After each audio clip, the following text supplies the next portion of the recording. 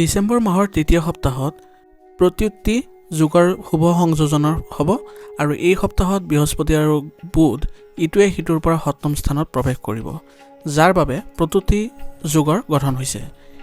এই যুগ জ্যোতিষত অতিশয় শক্তিশালী বুলি গণ্য কৰা হয় আৰু এনে পৰিস্থিতিত এই সপ্তাহত আপোনালোকৰ 5 ৰাশিৰ লোকে কেৰিয়াৰৰ সম্প্ৰসাৰণ দেখিব আৰু লগতে পাৰিবাৰিক জীৱনতো সুখ শান্তি অনুভৱ কৰিব। আৰু এনে পৰিস্থিতিত সাপ্তাহিক ভাগ্যফলৰ ভাগ্যশালী ৰাশিৰ বিষয়ে জানি লওঁ আহক। কোন সেই 5 ৰাশি? প্ৰথম ভাগ্যশালী ৰাশিটো হৈছে মিথুন ৰাশি। এই সপ্তাহত মিথুন ৰাশিৰ স্থানীয় লোকসকলক তেওঁলোকৰ সমস্যাৰ পৰা সকাহ পাব। এই সপ্তাহৰ আৰম্ভণিতে আপোনাৰ বাকী থকা কামৰ গতি বৃদ্ধি পাব আৰু এই সপ্তাহত মাটি সম্পত্তি আৰু ব্যক্তিগত সম্পৰ্কৰ সন্দৰ্ভত আদালতৰ বাহিৰৰ নিষ্পত্তিয়ে আপোনাক বহুত মানসিক শান্তি দিব। গতিকে এই ৰাশিৰ যুৱক যুৱতীসকলে এই সপ্তাহত বেছিভাগ সময় আপোনালোকে মনোৰঞ্জনতে কটাবলৈ সক্ষম হ'ব আৰু যাৰ ফলত আপোনালোকৰ মানসিকভাৱে শান্তি লাভ কৰিবলৈ সক্ষম হ'ব।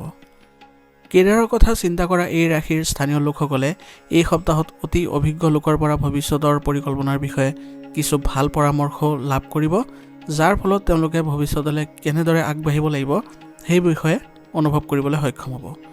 চাকৰি প্ৰত্যাশীসকলেও এই সপ্তাহত তেওঁলোকৰ কঠোৰ পৰিশ্ৰমৰ সম্পূৰ্ণ শুভ ফল লাভ কৰিব আৰু কৰ্মক্ষেত্ৰত জ্যেষ্ঠ লোকসকলে আপোনাৰ কামৰ শলাগ ল'ব আৰু আপোনাৰ সন্মানো বৃদ্ধি পাব আৰু আপুনি কৰ্মক্ষেত্ৰত আপোনাৰ দক্ষতা বিকাশৰ সম্পূৰ্ণ সুবিধা পাব আৰু ইয়াৰ ফলত আপোনালোকৰ কৰ্মক্ষমতাও বৃদ্ধি পাব। সেই গতিকে আপোনালোকে এই সপ্তাহত আপোনাৰ কঠোৰ পৰিশ্ৰম অব্যাহত ৰাখক, আপোনালোকে শুভ ফল লাভ কৰিব। পাৰিবাৰিক দিশতো আপোনালোকে সুখ আৰু শান্তিৰ জীৱন যাপন কৰিবলৈ সক্ষম হ'ব। গৃহকণ্ডল বহু পৰিমাণে কমি যাব আৰু লগতে আপোনালোকৰ পাৰস্পৰিক সম্পৰ্কতো কিছু ঘনিষ্ঠতা দেখিবলৈ পাব আৰু ছাত্ৰ ছাত্ৰীসকলেও বিশেষ কিছু লাভ কৰিবলৈ সক্ষম হ'ব। সেইবাবে ছাত্ৰ ছাত্ৰীসকলে এই সপ্তাহটোত ভালদৰে পঢ়া শুনা কৰাটো গুৰুত্বপূৰ্ণ হ'ব।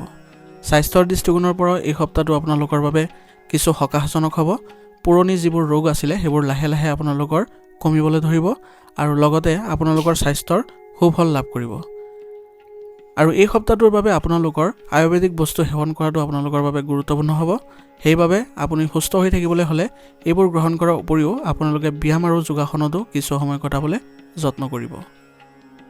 দ্বিতীয় ভাগ্যশালী ৰাশিটো হৈছে কৰ্কট ৰাশি। ডিচেম্বৰৰ এই সপ্তাহটো কেৰিয়াৰ আৰু ব্যৱসায়ৰ ক্ষেত্ৰত কৰ্কট ৰাশিৰ স্থানীয় লোকসকলৰ বাবে অতি গুৰুত্বপূৰ্ণ হ'ব। সপ্তাহৰ আৰম্ভণিতে আপুনি এটা ডাঙৰ প্ৰজেক্টত ধন বিনিয়োগ কৰিব পাৰে আৰু এই বিনিয়োগ আপোনাৰ বাবে লাভজনক হ'ব। ভৱিষ্যতে ইয়াৰ পৰাও আপুনি ভাল উন্নতি কৰিবলৈ সক্ষম হ'ব। এই সপ্তাহত আপুনি যি বিনিয়োগেই নকৰক কিয় ভৱিষ্যতে আপোনাৰ বাবে বিপুল সুবিধাও কঢ়িয়াই আনিব। গতিকে বিনিয়োগ আদিত আপুনি গুৰুত্ব দিলে ভাল হ'ব। দীৰ্ঘদিন ধৰি ব্যৱসায়ীসকলে যি লোকচানৰ সন্মুখীন হৈ আছিলে সেয়া এই সপ্তাহৰ পৰা আপোনাৰ লাভলৈ পৰিণত হ'ব। গতিকে ব্যৱসায়ীসকলৰ বাবে এই সপ্তাহটো খুবেই শুভ হ'ব। এই সময়ছোৱাত আপোনজন বা পৰিয়ালৰ কোনো সদস্যৰ পৰা কিছু ভাল খবৰ পালে আপোনাৰ মনত সুখী অনুভৱ কৰিব আৰু লগতে পৰিয়ালতো আনন্দৰ সৃষ্টি হ'ব। এই সপ্তাহত হয়তো আপুনি হঠাতে ক'ৰবালৈ ভ্ৰমণলৈ যাবলগীয়া হ'ব পাৰে আৰু এই যাত্ৰা আপোনাৰ বাবে অতি শুভ হ'ব আৰু লগতে ফলপ্ৰসূ বুলি প্ৰমাণিত হ'ব। গতিকে এই সপ্তাহত আপোনালোকৰ যিকোনো যাত্ৰাই আওকাণ নকৰিব। আৰু কৰ্মচাৰীসকলৰ মাজতো ভাল সম্পৰ্ক গঢ়ি তুলিবলৈ আপুনি সক্ষম হ'ব, যাৰ ফলত আপোনালোকৰ কৰ্মস্থানত উন্নতি দেখিবলৈ সক্ষম হ'ব। দূৰৰ সম্পৰ্কৰ সৈতেও সম্পৰ্ক আপোনালোকে স্থাপন কৰিবলৈ সক্ষম হ'ব, যাৰ ফলত আপোনালোকে ডাঙৰ ডাঙৰ চুক্তিও লাভ কৰিব। স্বাস্থ্যৰ দৃষ্টিকোণৰ পৰা এই সপ্তাহটো আপোনালোকৰ মধ্যমীয়া হ'ব। কিছু স্বাস্থ্যজনিত সমস্যা থাকিব, যেনেদৰে কাহ চৰ্দি জ্বৰ আদি হ'ব পাৰে। গতিকে আপোনালোকে একেবাৰে এই দিশত অসাৱধান নহ'ব আৰু উপযুক্ত চিকিৎসা গ্ৰহণ কৰি থাকিব আৰু ৰোগ প্ৰতিৰোধ ক্ষমতা শক্তিশালী কৰি ৰাখিবলৈ হ'লে আপোনালোকে আয়ুৰ্বেদিক বস্তু সেৱন কৰি থাকিব আৰু নিজৰ স্বাস্থ্যৰ যত্ন ল'ব। তৃতীয় ভাগ্যশালী ৰাশিটো হৈছে তুলা ৰাশি। এই সপ্তাহটো তুলা ৰাশি জাতকৰ বাবে অতি শুভ হ'ব। দীৰ্ঘদিন ধৰি আপুনি নিজৰ আৰ্থিক অৱস্থাক লৈ চিন্তিত হৈ থকাৰ সময়তে এই সপ্তাহত আপুনি ইয়াক লৈ অধিক শিথিল অনুভৱ কৰিব, অৰ্থাৎ এই সপ্তাহৰ পৰা আপোনাৰ চিন্তা মুক্ত হ'বলৈ ধৰিব। আচলতে এই সপ্তাহত আপোনাৰ আৰ্থিক অৱস্থা শক্তিশালী হ'ব। গতিকে আপুনি যিকোনো দিশতে যদি আগবাঢ়ে তেনে ভাল ফলাফল লাভ কৰিব। নিবনুৱাসকলেও কৰ্মসংস্থাপন পোৱাৰ সুযোগ পাব। ইয়াৰ ফলত তেওঁলোকৰ মানসিক শান্তিও লাভ কৰিব আৰু লগতে সিহঁতৰ কৰ্মস্থানো সুফল হ'ব। চৰকাৰী অনুষ্ঠানত যি ধৰণৰ ধন আবদ্ধ হৈ আছে এই সপ্তাহত আপোনালোকে সেইবোৰ ঘূৰাই পাবলৈ সক্ষম হ'ব। এই সপ্তাহত আদালত সম্পৰ্কীয় বিষয়সমূহো আপোনাৰ পক্ষত সিদ্ধান্ত অহাৰ সম্ভাৱনা আছে।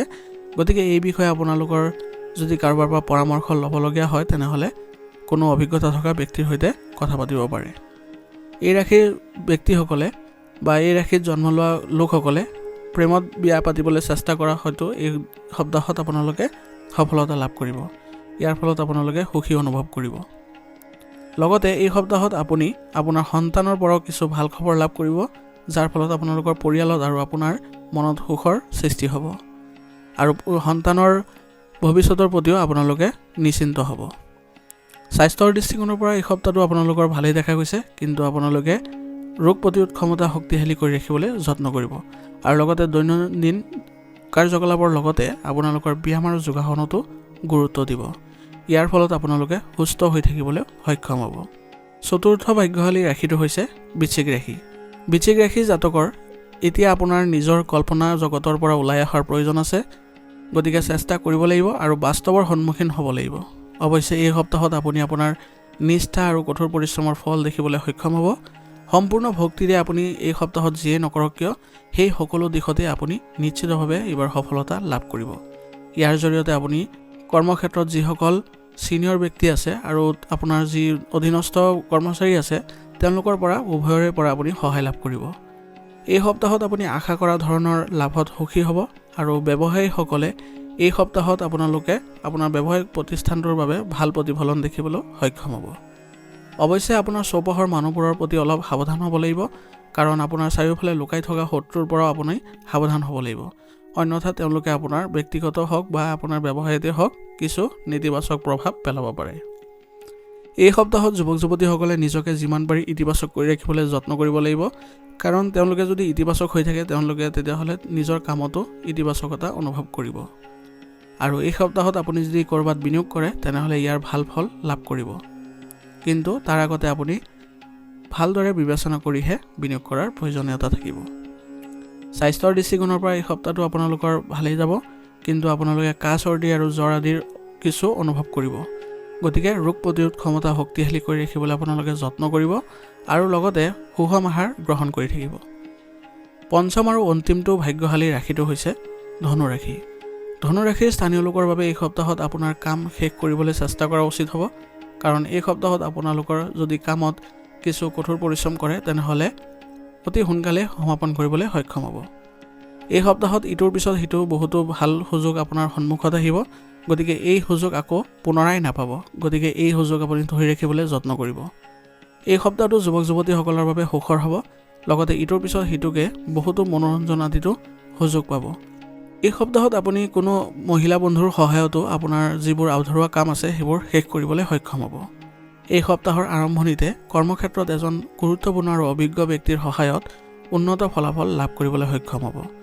বন্ধু বা পৰিয়ালৰ কোনো সদস্যৰ প্ৰতি দীৰ্ঘদিনীয়া ক্ষোভৰ সমাধান পাব আৰু ইয়াৰ ফলত আপোনালোকৰ সম্পৰ্কত পুনৰ মধুৰতা বৃদ্ধি পাব। আৰু আপোনাৰ জীৱনসংগীৰ পৰাও এই সপ্তাহটোত আপোনাৰ পাৰস্পৰিকভাৱে বহুতো সহায় লাভ কৰিব আপুনি আৰু পৰিয়ালৰ সদস্যসকলৰ পৰা আপুনি সহযোগিতা লাভ কৰি থাকিব। ইয়াৰ ফলত আপুনি আপোনাৰ কামবোৰ আগুৱাই নি যাবলৈ সক্ষম হ'ব আৰু লগতে আপোনাৰ পৰিয়াল ব্যৱস্থাটো ঘনিষ্ঠতাপূৰ্ণ হ'ব। স্বাস্থ্যৰ দৃষ্টিকোণৰ পৰা এই সপ্তাহটো আপোনালোকৰ ভালেই যাব। আপোনালোকে কেৱল দৈনন্দিন কাৰ্যকলাপৰ লগত আপোনালোকে ব্যায়াম আৰু যোগাসনত কিছু গুৰুত্ব দিব আৰু ডায়েবেটিছ ৰোগীয়ে নিয়মীয়াকৈ চিকিৎসা কৰাই থাকিলে তেওঁলোকে সুস্থ হৈ থাকিবলৈ সক্ষম হ'ব। আৰু লগতে আপোনালোকে এই সপ্তাহত আয়ুৰ্বেদিক বস্তু সেৱন কৰাটো আপোনালোকৰ বাবে গুৰুত্বপূৰ্ণ হ'ব। ধন্যবাদ। আজিৰ ভিডিঅ'টো এইখিনিলৈ সমাপ্ত কৰিছোঁ। যদি ভিডিঅ'টো ভাল লাগিছে তেনেহ'লে লাইক কৰিব আৰু চেনেলত যদি নতুন হৈ আহিছে তেনেহ'লে চেনেলটো ছাবস্ক্ৰাইব কৰি ল'ব।